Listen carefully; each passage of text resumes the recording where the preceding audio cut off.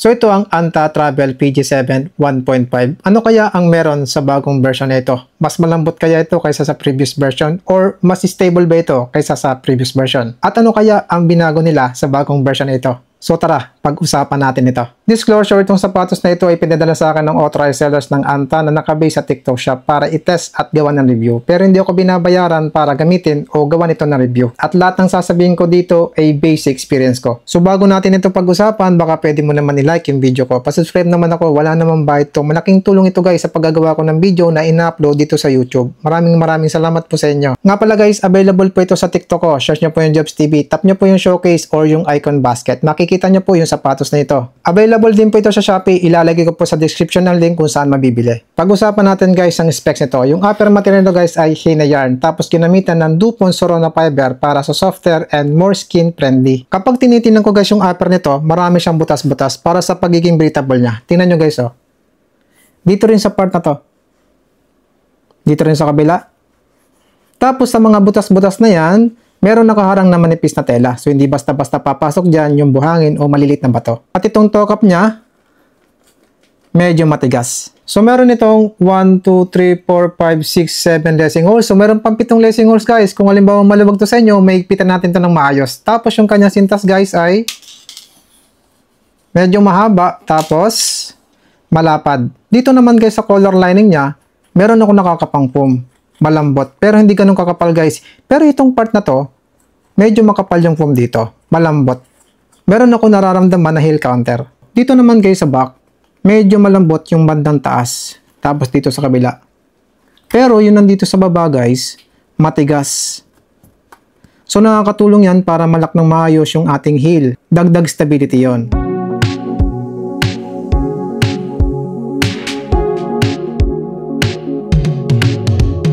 Yung midsole naman ito guys ay tinawag nilang PG7. Wala na naman ako nakita guys kung anong klaseng material ang ginamit nila dito sa midsole. At wala rin ako nakitang details kung gaano kakapal yung midsole nito. Pero kapag tinitinan ko naman guys yung midsole niya, makapal naman siya. Ang nakita ko lang guys sa advertisement nila, ito daw ay pinalapad nila ng 2% para ma-enhance ang stability. Sa rubber outsole naman ito guys, wala akong nakitang details kung anong klaseng material ang ginamit nila dito sa rubber outsole. Pero kapag tinitinan ko naman guys yung rubber outsole nito, makapal naman siya. Tingnan nyo guys oh. Dito sa kabila. So balikan nyo yung video na to dahil sa ipapakita ko rin naman yung rubber outsole nito pagkatapos kong itakbo para malaman nyo kung mabilis mong mapudpod yung rubber outsole nito. So bakit ko kagad guys pinapakita sa inyo yung sapatos na nire-review ko, yung rubber outsole, kung mabilis pang mapudpud kahit unang takbo ko pa lang. Dahil sa nung wala pa nagpapadala ng sapatos sa akin, ang mga sapatos na ginagamit ko noon nung unang tumatakbo ko, 300 pesos to 500 pesos yung budget ko na pambili ko sa sapatos na binibili ko sa tabi-tabi lang. Kapag nagagamit ko yung mga sapatos na yun sa unang takbo ko pa lang, nakikitaan ko na kagad na napupudpud yung rubber outsole niya. Tapos nakikitaan ko kagad na umaangat yung upper layer doon sa midsole. Kumbaga hindi matibay yung dikit. Ang gagawin ko dun guys, ipapatay ko para tumagal. O bibili ako ng pandikit para dikitan ko yung mga nawalang dikit. So kung ikaw ay marami kang pambili at hindi mo naranasan yung naranasan ko, marahil hindi mo maiintindihan kung bakit ko kagad pinapakita yan. At ang isa pang dahilan kung bakit pinapakita ko kagad sa inyo yung durability ng isang sapatos ay para malaman nyo na pwedeng tumagal yung sapatos na ito kahit na ito'y budget friendly lang.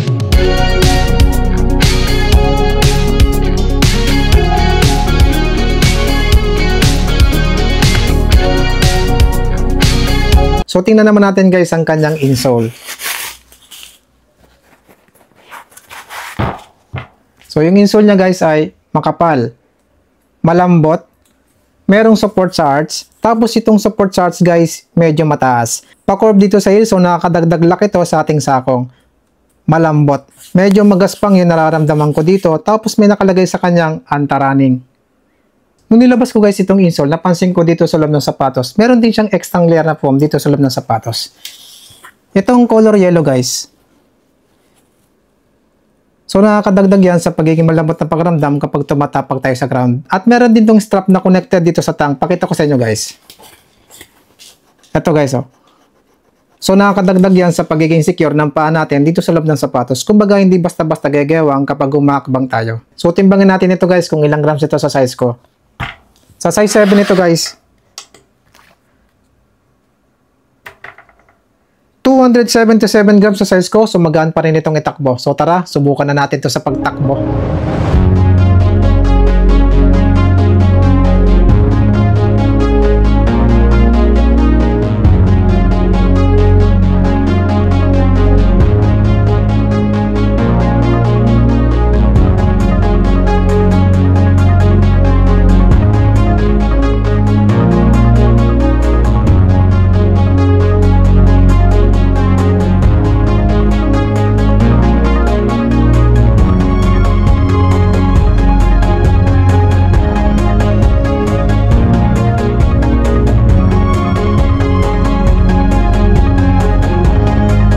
So naka 16 km easy run tayo dito, oras 1 hour and 47 minutes, average pace 6 minutes and 42 seconds, average SR 132 BPM. Pag-usapan muna natin guys ang fitting nito sa paa ko. Guys, maluwag yung nararamdaman ko dito sa toe box. Tapos dito sa may bandang arch, sakto lang yung fit. Tapos dito sa heel, sakto lang din yung fit. So sa tingin ko itong sapatos ay pwede sa malapad na paa, sa medyo malapad na paa, sa normal na lapad na paa. Hindi pwede guys sa naroon pa kasi maluwag itong sapatos. Baka sumayaw na yung paa nyo dito sa loob ng sapatos kapag tumatakbo kayo. Pagdating naman guys sa sizing, ito ay true to size. Mag-base kayo sa US sizing. Nung naglalakad na ako, pinapakaramdaman ko ng gusto yung midsole nito kung malambot. Malambot yung nararamdaman ko sa midsole nito. So pwede natin magamit sa walking ito guys. At pwede rin gamitin pang trabaho. Kung halimbawa yung trabaho mo ay lagi ka nakatayo o palakad-lakad ka, okay itong gamitin. Nung tumatakbo na ako guys, pinapakaramdaman ko yung midsole nito kung lalambot pa. At mas malambot yung nararamdaman ko sa midsole nito kaysa nung naglalakad ako. Sa pagiging responsive naman guys na midsole nito, meron ako nararamdaman na response sa midsole nito pero hindi ganun kalakas guys. Kaya tinakbo ko ito ng mabilis na pace.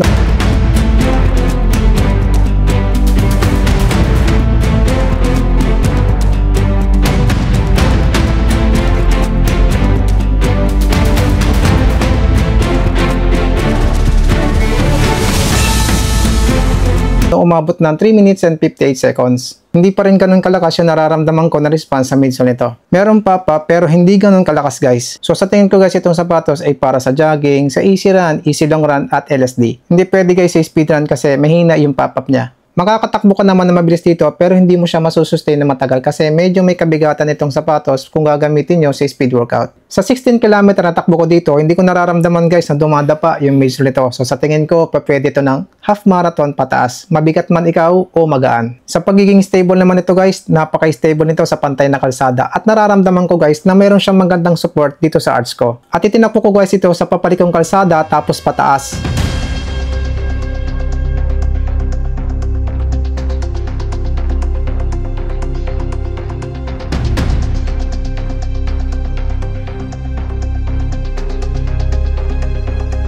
Sa pababang kalsada at biglang liko.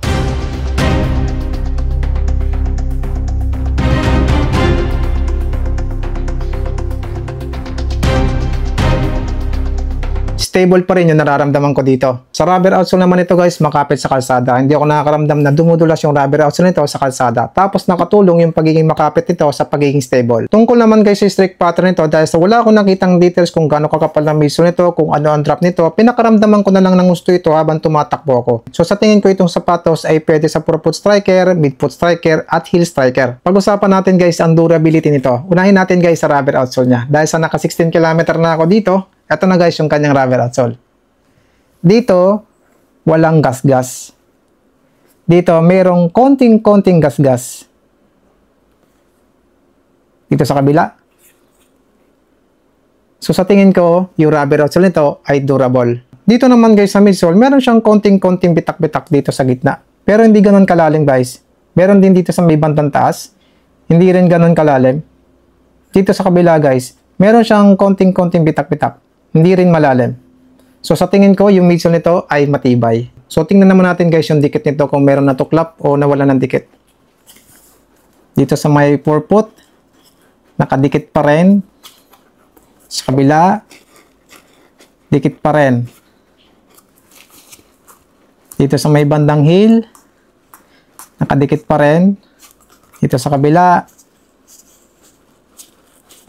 nakadikit pa rin. Dito sa back, nakadikit pa rin. Dito sa front, nakadikit pa rin.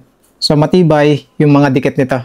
Pag-usapan natin guys ang nagustuhan ko sa sapatos na ito at hindi ko nagustuhan. Unahin ko na sa nagustuhan ko. Unang-una, ang komportable niyang gamitin sa pagtakbo. Pangalawa, nagustuhan ko yung pagiging malambot ng midsole nito. Saktong-sakto lang kung ikay namamasyal habang tumatakbo. Nagustuhan ko din yung pagiging breathable ng upper layer nito kasi hindi ako nakakaramdam na umiinit yung paa ko dito sa loob ng sapatos kahit na medyo mainit na kanina nung tumatakbo ko.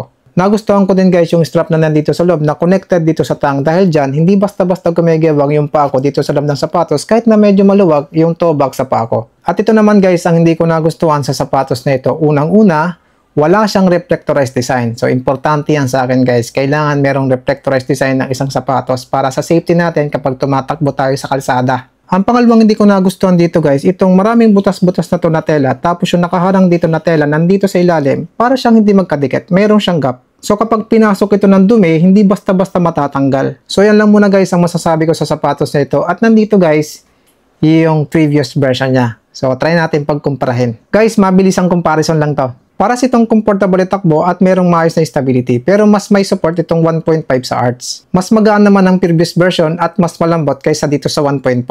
Mas makapal naman yung rubber outsole nito kaysa dito sa previous version. Pero meron itong deflectorized design, ito namang 1.5 ay wala. Ito naman ang lacing holes nito at ito namang previous version ay 6 lang. Kayo guys, alin ang pipiliin nyo sa dalawa? Maraming salamat po sa panonood at transi po.